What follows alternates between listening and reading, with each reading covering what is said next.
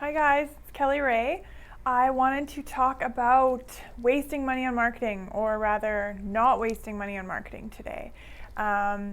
So, I think a lot of business owners are really frustrated with the amount of money they're spending on marketing and advertising, and they're not necessarily getting the return that they want. So, there are a couple different things I want to teach you today that will infinitely increase your marketing effectiveness and therefore increase your sales and your number of clients, and then also decrease the amount you can spend on marketing. So I hope that sounds great to you because this will have a big impact on your bottom line. So the big key is that we are going to look at processes inside your business, sort of once the leads have come in, how we handle those processes, okay? So there's 4 or 5 steps that I want to go through with you. So first, I want to make sure that, number one, you're not just tracking your customers, you're tracking data on your leads. So a lot of us, we have a CRM or a software program, and when somebody becomes a customer, we're like, great, let's put you in the system, right?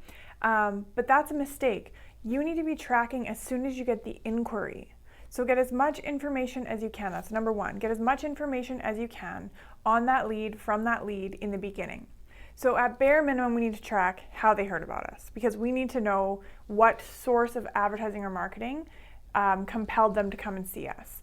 And in a lot of cases, it's smart to ask, where else have you seen or heard about us? Because people tend to have about 16 impressions of your brand before they take action in purchasing, okay?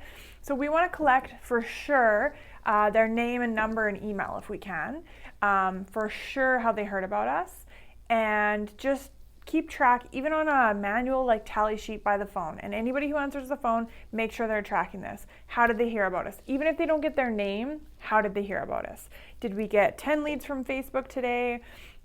5 people walked by and saw our sign. 10 people were referred by an existing customer or client. Just get those numbers down, because we need to know the number of leads coming from each source, okay? That's step one, okay?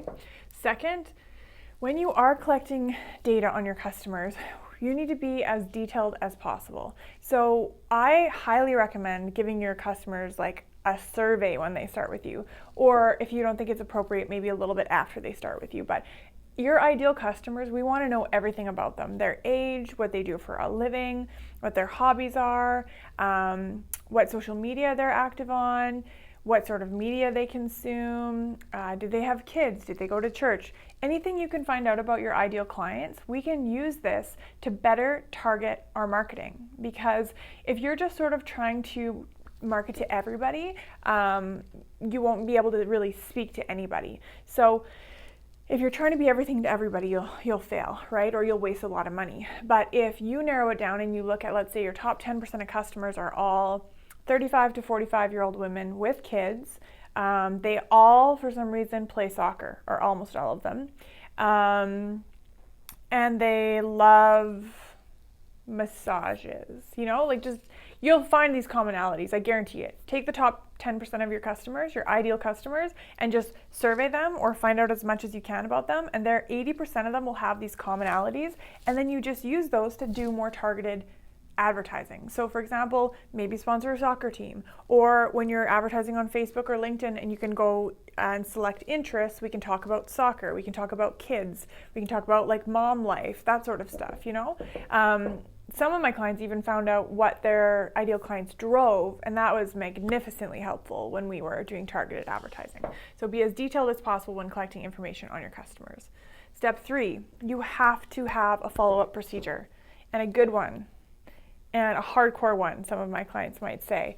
84% of sales are made or done between the 5th and 12th follow-up. And most businesses follow up once, if that. So I think a lot of us don't follow up because we think that it's like pushy or salesy, but I really disagree with that paradigm. I think that follow-up is a service.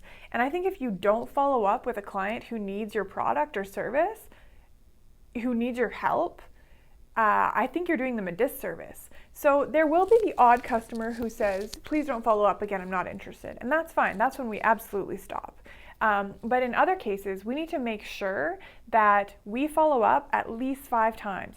Think about that. 84% of sales are being done between the 5th and 12th follow-up, and most businesses are following up once or not at all.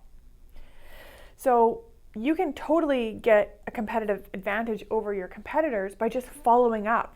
So you can follow up by text, email, you can send videos to them, you can call them, you can show up. That might be a little bit invasive for some people, depending on your relationship with your customers.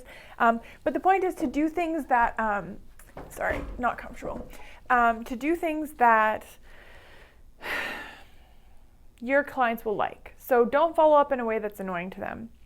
If at all possible, follow up in the way that they like to be communicated with, okay? But don't give up after 1, 2, 3, or 4 times. At least follow up 5 times. And get this procedure in place, teach it to your staff, get them comfortable with it, get everybody onto the paradigm of follow up is a service. We're helping these people. Because I don't know about you, but I'm busy.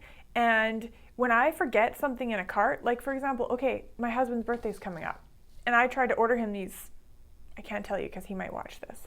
But anyways, I was so frustrated, and the thing got stuck in the cart, the order kept getting canceled, it was so annoying, and I got a follow-up email reminding me. And even though I was very mad at the company, I really wanted this thing for my husband. So that reminder was like a real service to me, because otherwise I would have forgot, and then on his birthday I would have been like, oh, your presents are so subpar.